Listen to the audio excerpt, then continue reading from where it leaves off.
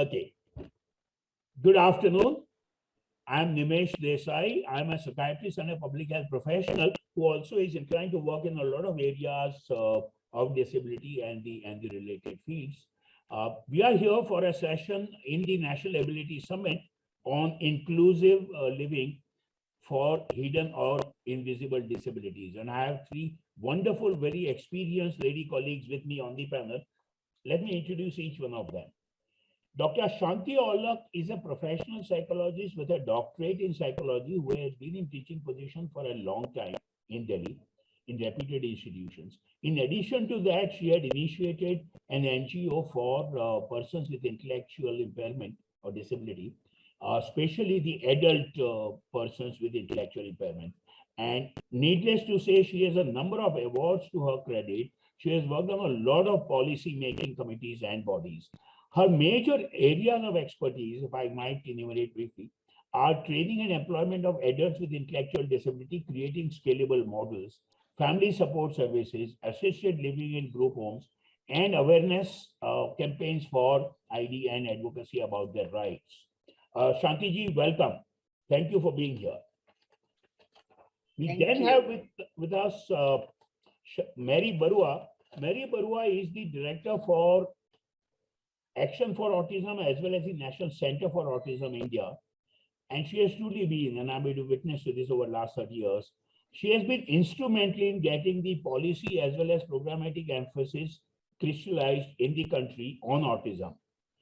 And she sees herself as an activist, writer, educator, trainer who has actually pioneered autism movement, and that's true. She again, like Shanti ji, has worked on a number of national and international groups and committees for autism, spectrum-related disorders, and a whole lot of other similar disabilities. We then have from all the way down under Australia, Dr. Lisa Stafford, who I must say I'm very impressed to see Lisa identifies herself as a chronically ill disabled academic. And of course, being a social scientist, social community planner, and human geographer with more than 20 years experience. Her major areas of work include inclusive communities and social spatial justice, mobility and participation, transition of young people with disabilities. Lisa has quite a few credible and impact-making grants from the local national Australian government and its agencies. Welcome, Lisa. Thank you for being here.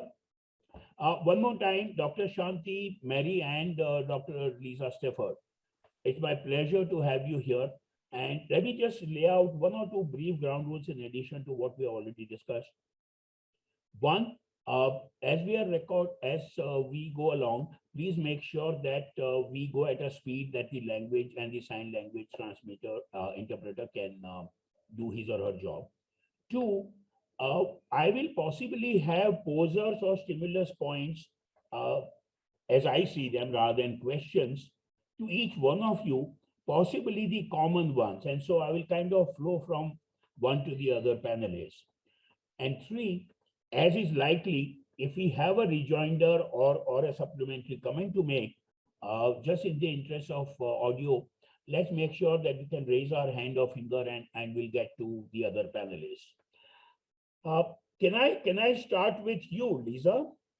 How do you see in Australia and from your experience, wide experience across the countries, how do you see the acceptance and awareness of the depth of invisible or hidden disability, past and present both? Thank you, Dr. Nimesh. So it's Lisa here, and yeah, it's a difficult one. I think the idea of disability is still very much a certain type of idea or a different way of looking. I think we still have a long way to go in terms of recognizing and valuing the diversity of what constitutes disability, in terms of our diversity, in terms of the way we our sensory needs, our physical needs, our emotional needs, our communication needs. There is so much our diversity, and I think that's changing. I think there's a lot more awareness that's coming out in terms of recognizing that most disabilities are actually invisible. Very few are actually visible. I actually have a visible disability. I use a power wheelchair myself. But most of my needs are actually invisible, and I was invisible for a long time until my progression of needs. So it's been quite interesting having lived quite many years having my own invisible disability, and then suddenly being into a wheelchair, and then how people perceive you in that regard too. So I've had those both elements, and but yeah, I think we do have a long way of going till in terms of acceptance and seeing the true nature and value that every person has in terms of their contribution. But I do believe we have come a long way, particularly in Australia, from where we've come from the institutionalization, where people were institutionalized for many years, or many decades, hidden away, and we have moved to a community living model. Yeah, but we have so much more, I think, opportunities, particularly for our children and young people, in terms of their growth and worth and values, which is a lot of my work has been in. So yeah, yes. Thank you. If I may have a supplementary there, and I know this is possibly a given, but can we just clarify with you the lack of acceptance, as you said, or the slowly emerging acceptance? How far would you say is that related to the awareness issues? I think it's hand in hand. I think they're together. Yes, there needs to be more awareness, and through I suppose contributions and through celebrating people's worth and values, that acceptance can come along as well. I think they're both. My experience has been both is really important. That's why we need to have education and awareness. But we also have to have protections around discrimination and stuff like that too. Yeah. Yes, thank you, Lisa. Thank you. Thank you. Thank you. Dr. Shanti ji, your observation, experience, expertise on that, both as a professional trainer in psychology and an NGO worker working on community-based models, especially about awareness and acceptance of disability, especially the invisible disability.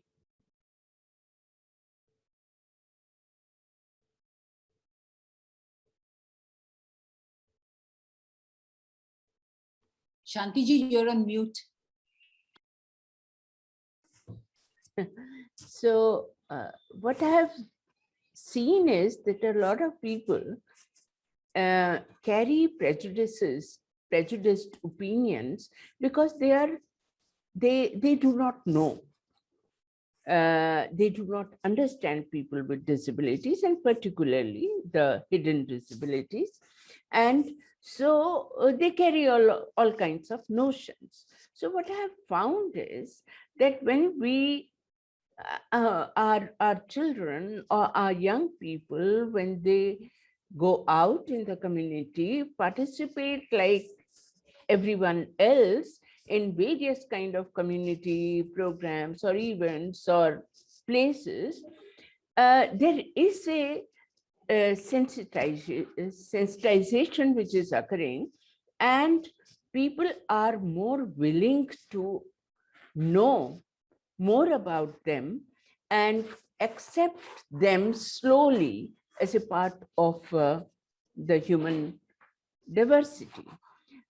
One more thing I would like to say here is, you see, we are so hooked on to our own notions of what it means to be a human being and an average human being, that whenever we see a person who is different in certain ways, it evokes all kind of,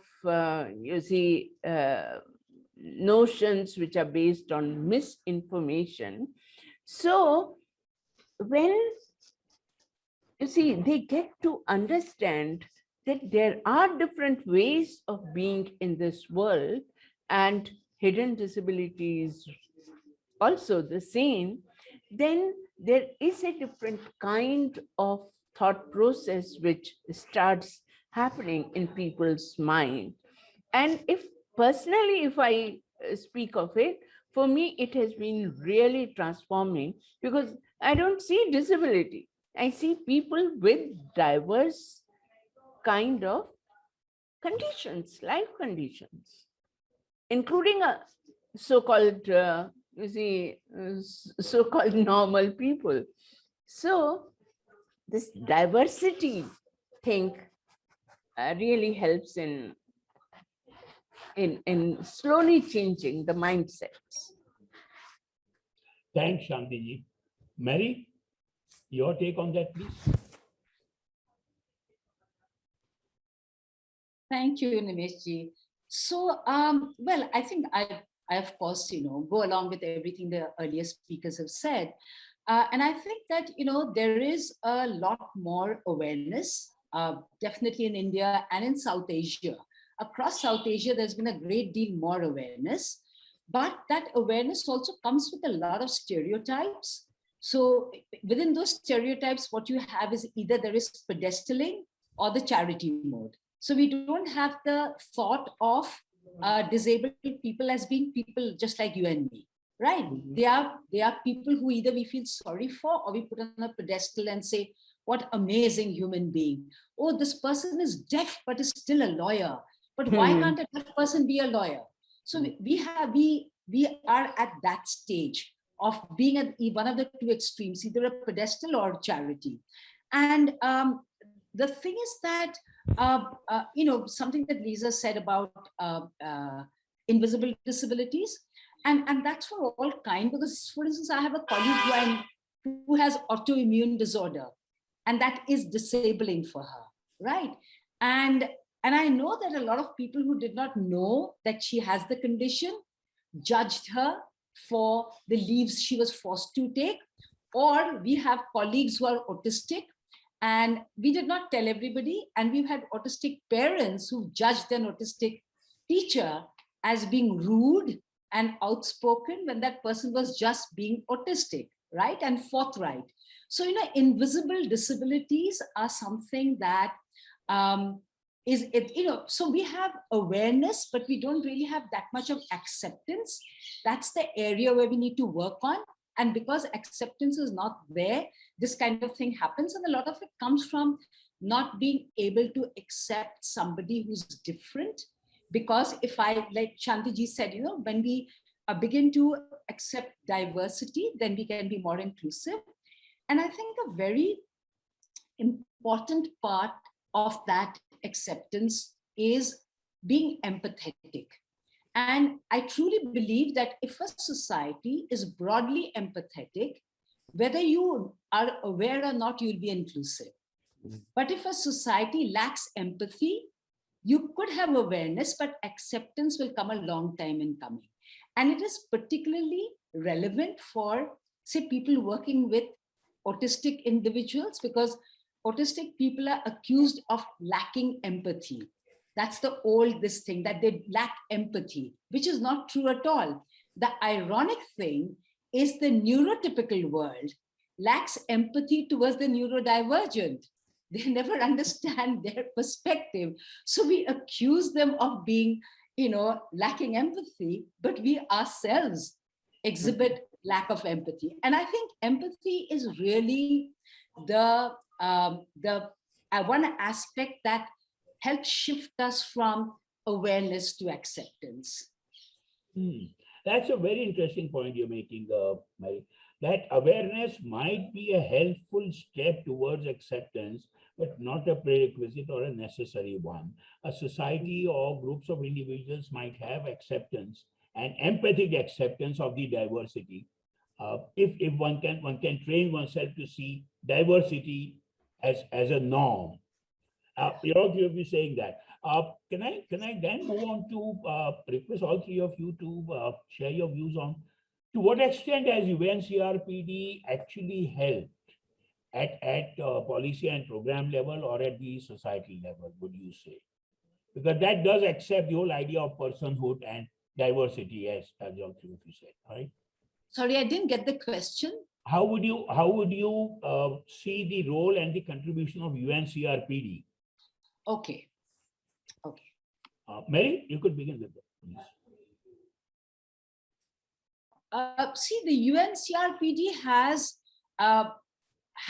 the capacity to bring about huge change, because this is what the UNCRPD is about. It's about accepting diversity.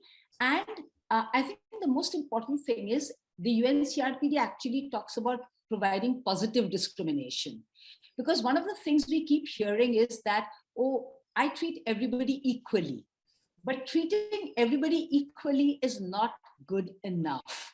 Because if I have difficulty seeing and you say, I treat everybody equally in this company, nobody can wear spectacles, then I'll be discriminated against. But you would be practicing equality.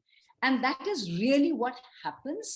I think, and this is one aspect of the UNCRPD, which I feel is not really well understood. The fact that you have to make accommodations for people who have different requirements, and we all have different requirements, each one of us. Like I required you to repeat your question because the others got it, but I didn't get it. And if you said no, equal treatment, I'm not going to repeat it, then I would be discriminated against. And that is really, I mean, I'm giving it a very simplistic spin, but this thing of the unwillingness to provide the extra accommodation. And that is true for people, anybody who's been marginalized at any time, whether it is people of different abilities or different caste or different religion or different creed or different color. This is really what non-discrimination is all about, a positive discrimination is all about. And for me, that is one of the most critical things in the UNCRPD. And I say this particularly because I'm speak largely for a community. Of course, I do work with other disabilities, but primarily my focus is people with autism. And like a lot of invisible disabilities, the expectation for autistic children, whether it is in school, whether it is in the community, whether it is in the workplace or even in the home, stop acting like that, act normal, which is telling them, stop acting autistic because I will not provide you the accommodations you need, the visual strategies that you need, the communication tools that you need, because you can say a few words, you cannot need a communication tool. So this is something that, and I'm sure that's not the only community. I'm sure there are other communities of the disabled that face the same discrimination that I may not be aware of. But this is the one I'm aware of, where their needs for accommodations and positive discrimination are constantly, I mean, when we talk about inclusive education, in schools, they are not permitted to have their visual schedules or to use their communicator.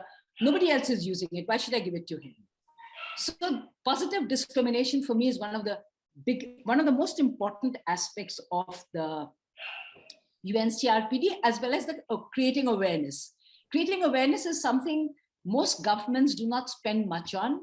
And this is something that on every committee I sit on, I keep repeating, and I did it again this very month on a particular committee, that we have to focus on awareness. It is all very well saying that we'll do this in higher education and we'll do that for employment when they're not getting basic education. What's the point in doing that when most of them are missing out on basic education? So awareness is very important. And for me, the UNCRPD is, of course, an amazing tool. And I think it has done a lot of good. I have to say that our government is trying. The ministry is trying to implement a lot of those things. But what happens is that sometimes if individuals have not been personally impacted or experienced somebody with disability, it's hard for them to understand. It's not that they're bad people. It's just that it's hard to understand what it could mean in real terms for people who live with any kind of a condition. That's interesting, Lisa. Besides many other good points, one of the points that Mary made towards the end is that for those persons in policy or key program positions who have not had direct brush or experience with one of the disabilities, have a little more or a lot more difficulty. As you said, you have been through it both. You have the tremendous academic and the ground level expertise. You also have the lived in expertise. So how would you respond to that point of view from Mary, especially about how does UNCRPD help? Yeah, I think I totally agree with what Mary said in terms of just the power and capacity that the convention can have. And it has opened up a whole range of different conversations. And I think, Nimesh, as you said, it brought into personhood that we are people. And that's really important conversation because of stigma that Shanti talked about, prejudice that's, really attached. And so through awareness, this is a way we can sort of start, we call it disrupting those myths, or trying to change those, stereotypical ideas about what we should look like and what we should talk like and how we should behave. All those ideas. And so I think it's definitely, it's been a really important conversation point, a starter, and I think it actually has helped, particularly governments and in Australia, holding governments to account in some ways about what our responsibilities are. If we've signed up to this convention, well, what is it that, we need to actually do stuff. It's not just about a talking, it's how do we actually deliver? And we have some great strategies. But, at the moment, we've got some, a lot of issues around politics and policy. But one of the things that's really critically important, and I think, again, this is what the Convention of the Rights of People with Disabilities has as its core, is that you have to actually engage with people with disabilities. You have to walk with them and actually be led by them. And I think that's another really core foundations of the convention, because as policymakers, that's really important. If you don't have that perspective or experience, that's how we can actually make sure that our policies and our service delivery all is actually responsive to what actually people need, because we've had this big gap, that exists. Sometimes we go, well, who wrote that policy? Why it doesn't work? And part of that is because we haven't had those important conversations, and it's actually people with disabilities haven't been at the core and the center of those conversations. So I think that's a big game changer. And it's also for any of us, like, just because I have an experience, I have my own personal experience.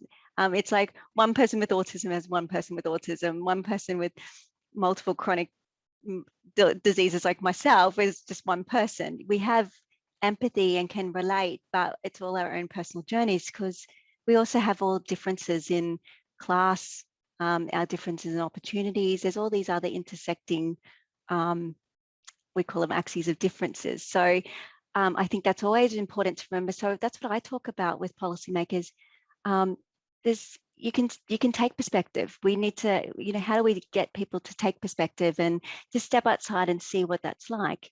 And that's where we can actually do some really good examples of that by storytelling, through having good evidence-based policies, different information, as well as bringing people together to work together to write those policies. I think they're really important tools and mechanisms that can help us. And I think Shanti talked about, Dr. Shanti talked about this earlier, that fear of the unknown. It can actually help to remove some of that, because that's sometimes some of the biggest barriers, is that fear gets in the way. And instead of going, look, it's not about getting right or wrong, it's coming from a playing field of respect and listening and willingness. I think that's really important. And that's sort of those principles of the convention, so to speak. I hope that helped. Thank you. If I get you correctly, what you're saying is that while direct or indirect personal experience might help, that's not always necessary. And in fact, what we should all be doing is get the policy makers or the key opinion makers in any society, get exposed, get sensitized, get involved with persons who are different, as Dr. Shanti said. Do I get you correctly? Yeah, absolutely. And having people with disabilities leading those conversations is really important. Not speaking to us or about us, but with us. Yeah. Oh, absolutely. I've learned over the last 2 or 3 decades that so deeply, and I'm still trying to learn. Nothing about us without us. And there can't be amongst all of you included, but there can't be a better person than Shanti ji to educate us a little more about that. that whole issue of sensitizing people, policymakers, Shantiji, and how do you actually get the society to understand divergence better?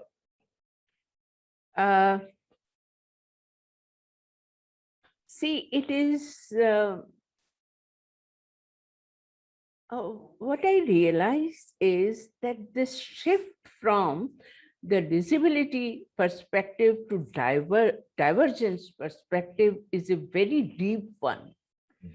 And the policymakers, they have a lot of not consideration, I would say they will realize, yes, this needs to be done, that needs to be done, but they do not really understand the spirit of what we are trying to say to them.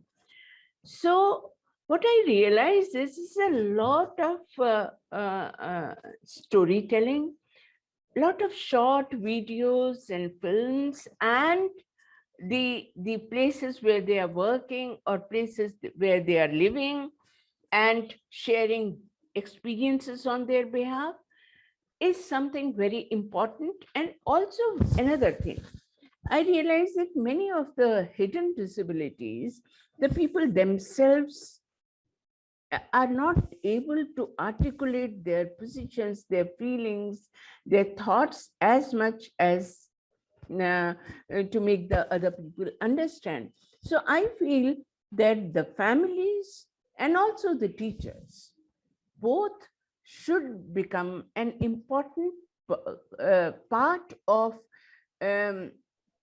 what I should say, the direction, giving a direction to the policy making. And by and large, this area remains at quite a low priority for the policymakers. Thanks, Shantiji. I want to then request all three of you to talk about what I see as a related point, picking up from what Shantiji said just now. What are the difficulties in advocacy, as you see, besides, of course, UNCRPD-driven movement for holding governments accountable, as Lisa said, but at multiple levels, from government structure and system to society to individuals to socio-cultural practices, what do you see as the difficulties in advocacy? And of course, if you can please also possible solutions from your own experience. Any one of you, please, Lisa? Thank you. It's Lisa again. Oh, that's a difficult one. We could be here all day, couldn't we? Well, night for me. Difficulties advocacy. Well, I think one of the things I think I highlighted earlier is that we have to move from talking to actually action. That seems to be where we get stuck sometimes. The implementation is always the most difficult. And particularly around strategies that, and so the area I've been working a lot in at the moment is urban planning and built environment. And so a lot of the ideas are really difficult to put into practice because of the existing legislation or the different mindsets as well as practices and education. Like there's multiple systems. So and I suppose it's really important to recognize where those different tension points are, and that's what we're trying to been doing work on at the moment. One of the ways, and some of the research I've been doing at the moment is having conversations about what does it actually mean when we talk about creating inclusive communities? What does that actually, what is that to each one of us? And we've been having broader community conversations about this. So bringing people together to have chats. Using pictures and different ways of telling stories. That's not just specific to people with disabilities, but the broader community, because part of the change is about, as we talked about, acceptance and awareness. And but one of the things is there's a lot of some commonalities about, well, what makes us feel included? What are the things? So kindness, respect, opportunities, connection, family. And so it's starting to build that's one of the strategies I've been working through at the moment, is that from the grassroots up processes to build the stories to help not just the course of action for government, because one of the problems is governments go, okay, well, these are the difficulties, but how do I make the change? What do you want me to do? And that's what we're having these more deeper conversations about, is trying to help guide that. Because that's sort of where some of the tensions have been, where I've come from, is trying to fill that gap between top-down policies that can't be implemented and don't necessarily meet our needs. So let's start creating it from the grassroots and having those really important conversations. So that's one of the strategies I'm working on at the moment, to try and bridge those issues. If I may continue with that for a brief moment. In those conversations, I'm sure you have all people involved, the so-called different or divergent to those of us so-called normals. What would you characterize as the reaction pattern of the so-called normals to this issue of inclusive acceptance? Oh, I don't know about normals. I don't like the word normal. What is normal? What is normal? Sure, I know. Yeah, I don't know. I think people are coming, the people who are coming to have the conversations are generally interested in justice and equity. Always a warrior who's not there, but so people have a like-minded interest for whatever reason, whether it's a personal connection to disability, whether it's through a different experience, through culture, through age, aging needs, those sort of things. So I think that's what's been, it's not really if you got a disability or not, it's actually we're coming together to have this conversation because it means something to us and it's something we value. Yeah, and it's interesting because the themes that are coming through are very similar in a sense, different because of obviously personal experiences will have a different depth of story, but there's those common themes that I just mentioned earlier. Sure. Yeah. Mary, what would you say about that? I can't but help make a comparison to the recent pandemic. As Lisa was saying, different stories have different connotations and contexts. And I've been kind of fond of saying, especially about the second wave and of the epidemic and after that, it's often said that we are all in the same boat. To me, it seems that in the pandemic, we were not. And in the conversation that we are having now, not all of us are in the same boat. We might be in the same storm, but everybody is on a different boat. Your reactions, Mary, please. Yeah, well, I quite agree. I mean, it's not that everybody's on the same boat, not just during the pandemic, even in general terms. We are not on the same boat. Some are on a log raft and some are on a liner. So, and then there is everything in between. So, like I was listening to Lisa earlier talking about, the entrenched systems and the mindsets that prevent, advocacy from happening. And I thought I wanted to just quickly add one more point to that in our context, which makes advocacy really hard. There are two actually. One of them perhaps is more universal, which is about families being kind of overprotective about their disabled people. So this overprotection sometimes prevents advocacy from taking place because a lot of effective advocacy can be done by people themselves. And when there is overprotection, then that does not happen, right? And so oftentimes families swing between overprotection and discrimination, right? And that's a pretty common one. So that is one. And the other one I quickly wanted to make is, as far as South Asia and particularly India is concerned, one major challenge to advocacy is the numbers. The numbers really make it very difficult. So, even if you say, I remember we decided that we will target all the pediatricians in India. This was 25 years back to create awareness about autism. We did. We targeted all the registered pediatricians, which was 10,000 at that time and 15,000 a few years later. But it was not enough because not everybody goes to a pediatrician. We are, 1 billion people. So the numbers itself is a big challenge to advocacy. So I just had to make that point. That, Sure. in India, But if I might, sure. if I might read you and Shanti to please focus on also what you touched upon so well, briefly but cogently. This entire belief about joint family system or Indian family system always being adequately, correctly empathic and protective. Like you said, it tends to get either discriminatory out of helplessness or ignorance, or overprotective, not really enabling and empowering. And so how would societies in India or South Asia or Afro-Asian context actually help the society get this correct mix between retaining the traditional family and social values and yet incorporating the rights-based approach? Either of you, please, Shanti or Mary. Okay, so I'll start off since I'll pick. Okay, Shanti, you want to say? No, Mary, please go on. Okay, I just want to say I'll just quickly say that you know, there are a lot of very good traditions, right? As in every community, there are wonderful traditions. And then there are traditions that are not that great, right? In fact, today we were talking about somebody who's doing jhadu, whatever that, you know, the witchcraft thing, what's it called? Jhadu. Something, right? Yes. So, and strong belief in that. But unfortunately, something that has happened a lot in recent years is that there is this absolute eulogizing of traditions. So if you say that this traditional thing is not good, and it has happened in disability also.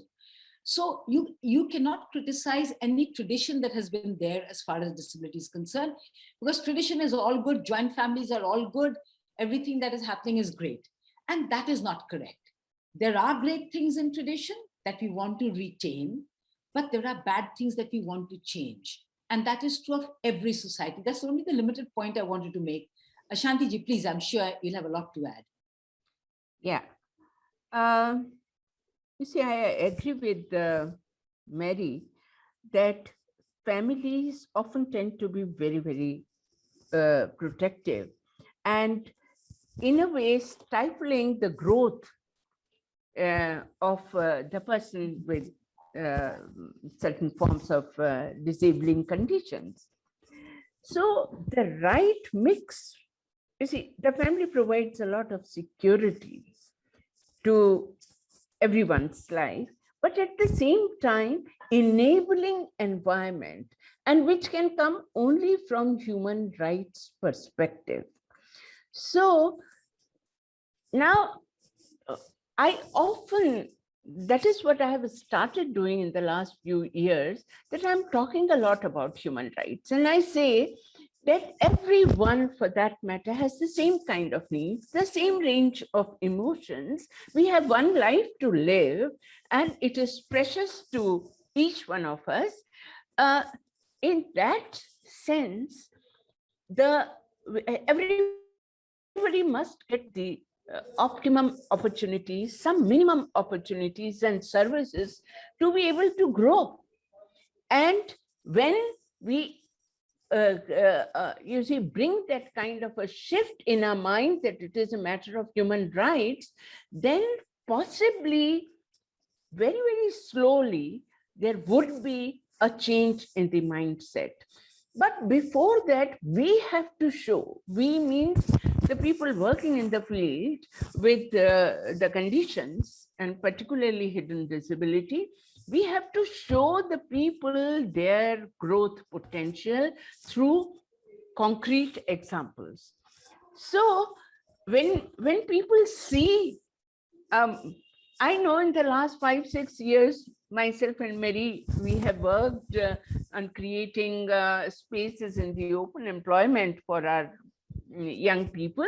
And it has happened because we could show them, come to our center, see what they are doing. And once they are able to see that, they are more open to providing spaces, opportunities to people. So we have to show that kind of example. But there is a big problem. The whole sector, at least in our country, is being managed by parents, and particularly hidden disabilities. And the reach remains limited. The scalability is something that we all have been trying, that the government must finance these kind of things so that more and more people can create these kind of services. And services mean more growth opportunities, and growth opportunities mean more example people can see how people become successful in accomplishing so many tasks. Thank you, Shanti, so much. As we draw toward the end, I have a twin request from all three of you, if I may. One, would you briefly recount for us what are the pitfalls or the dangers of self-disclosure for the person, for the family? Because what we have said till now is a lot of aspects of what should be done and what should happen and what's beginning to happen. But is that also rosy, or are there difficulties, are there pitfalls, dangers to disclosure? Is disclosure always safe? And two, if I might request you to also, as we talk about the end, summarizing what we have all said till now, action points as you would see, 2 or 3 or 4. Any one of you, please, Mary. It would be interesting to hear Liza share what she experiences about, this whole thing of, disclosure there is pretty, what should I say, visible. So how has it been when it became evident that you had, your disability became more visible? Was there a difference? Sure, Lisa, please. Yeah, absolutely. I suppose, I mean, I had a walking stick for a while, but people just assumed that was, I had a colleague that never really asked and just assumed I had a car accident or something. Just, there was never a conversation. But as soon as going into being more visible through my wheelchair, absolutely. So the pitying charity that you mentioned, Mary, you get that. People are much more awkward. Conversations about, oh, can we employ you now? Same person, those sort of things. There's so many. It's been quite interesting being a social scientist and and my background was psych as well. That was my undergrad. So looking through this whole body space relationship and people's perceptions with you, the conversations you have to have now about just access to bathrooms, these sort of things that not one of my colleagues have to have. It's really a whole different level of experience that when you know the depth of unconscious and conscious bias that it does exist, it's difficult. And I've been in the space for a long time, and I've, but with the progressive disability, you're constantly having to rethink about who you are and your relationships and stuff like that. So it is interesting. So I think of myself that I'm so lucky. I've been in the disability community for a long time and advocacy and connected. What happens when you're not connected? And so I always feel like every opportunity I have to speak, whether it's from my academic or lived experience, it's about speaking up for people who can't, and at this moment in time that don't have the same platform or opportunity, because it is difficult disclosure. It can be quite unsafe for a lot of my friends, neurodiversity. It has been very unsafe for them in terms of that experience of being discriminated against and being pushed out. So it is a difficult one. So I don't know if I've answered that at all, Mary, but it's both. It's interesting because, as you mentioned earlier, when you're invisible, people don't believe you or don't understand it. When you have energy limitations or chronic pain, bowel disease, all this stuff that's not spoken about, communication, to then being out, and then it's another navigating of relationships and identity. So yeah. Thank you, Lisa. I hope that's helped. Yes, it did. Thank you, Lisa. Mary, please. Yeah. So am I on mute? No. So yes, Thank you so much, Liza, for sharing that, because, I would be speaking, whatever I say is not from lived experience. So I wanted to hear, because, I speak as a caregiver, right? An educator, caregiver. It's not my experience. So that's why I wanted you to speak first, so that one gets a sense. And actually, it validates a lot of what we thought happens. And uh, as long as a condition is invisible, then people, like either they kind of skirt around what they see the person can't do, or are just critical about, what they can or cannot do.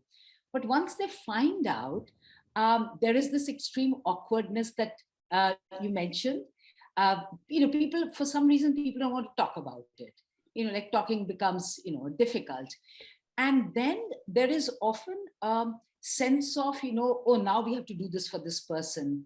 Now we have to make these other accommodations. Oh, like it's a pain. It's an extra thing that we have to do. So it comes to that kind of a thing. So that is one aspect. That's one of the limitations of disclosure. Sometimes the disclosure is because of the very visibility. The other kind of disclosure is with neurodivergent people, where they decide that we want to come out. But what happens is that again has its limitations, because sometimes, especially where it is a disability where, say, pain is involved or things like that, then there is often disbelief. And where it is what is seen as a mental condition, like a psychosocial condition, or like autism or things like that, or learning disability, then it is, oh, they are mental. And in India, the word mental, I don't know about the rest of the world, has a huge negativity, even for people who are slow learners. Oh, ye to mental hai. So if people have not figured out and you have disclosed, you come up against that wall. And I know people who've actually lost their jobs, and I'm talking about India, who were in a job, were struggling, but were managing. And somebody advised them that, to tell people to disclose, one has to really think about it. But they were just advised to disclose, and then they lost their job because, and the bullying that starts happening once they discover that here is a person who has this, and people find out often about a disability and know, okay, this person you can use this way. So a lot of bullying. So there is often this whole aspect of safety. When I'm disclosing, how safe is it to disclose? Even in school situations, sometimes we tell a family or the young person that, yes, tell the school. Sometimes we say, don't, figure out a bit more. Because sometimes the school becomes an unsafe environment, the workplace becomes unsafe. So there are all these, like there is no one solution to disclosure, because everything depends on the individual space. And I think one of the most important things is, there is often conscious bias, but I think the more dangerous is the unconscious bias. People who have an unconscious bias are often very pious and believe we are good people.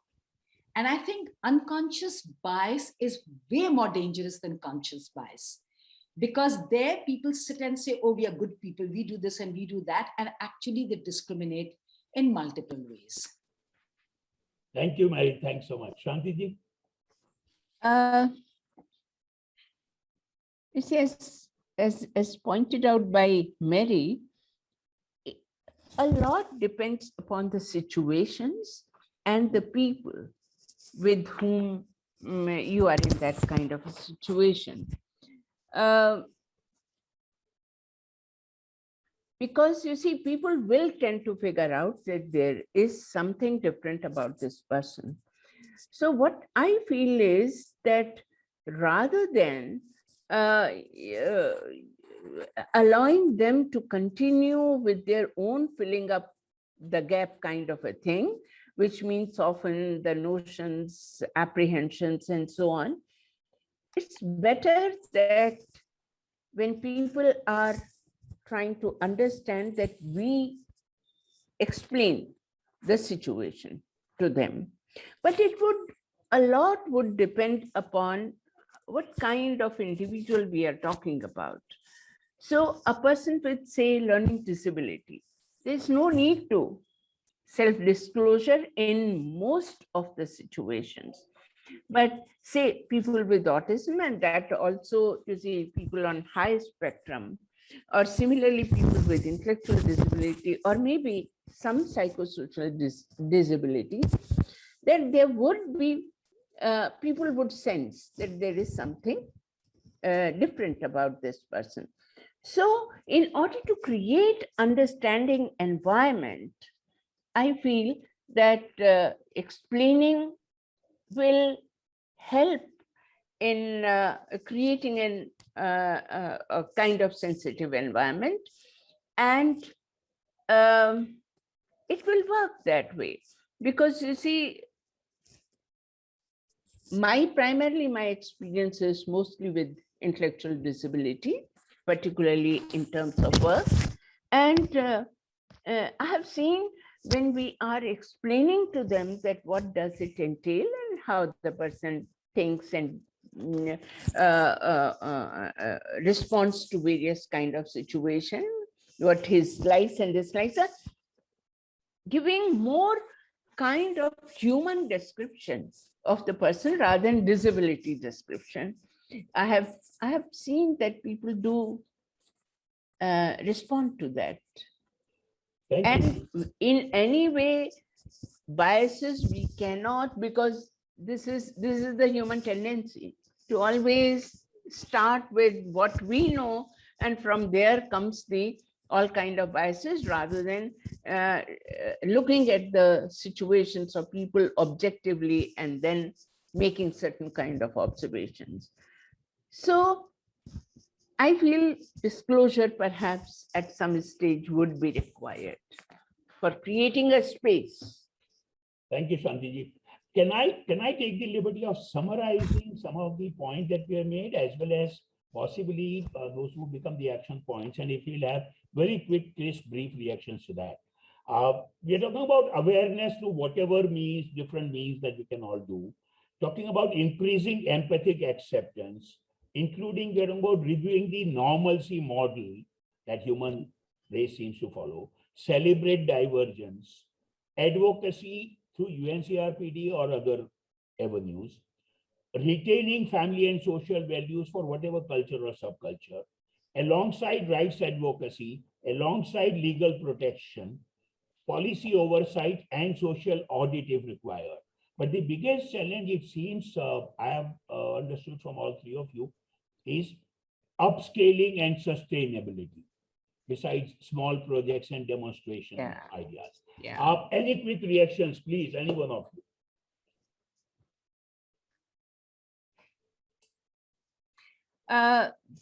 I would say that particularly for certain kind of conditions, it is important that people who are working at the ground level should be not only consulted, but should be listened to very carefully in formulation of the programs and policies.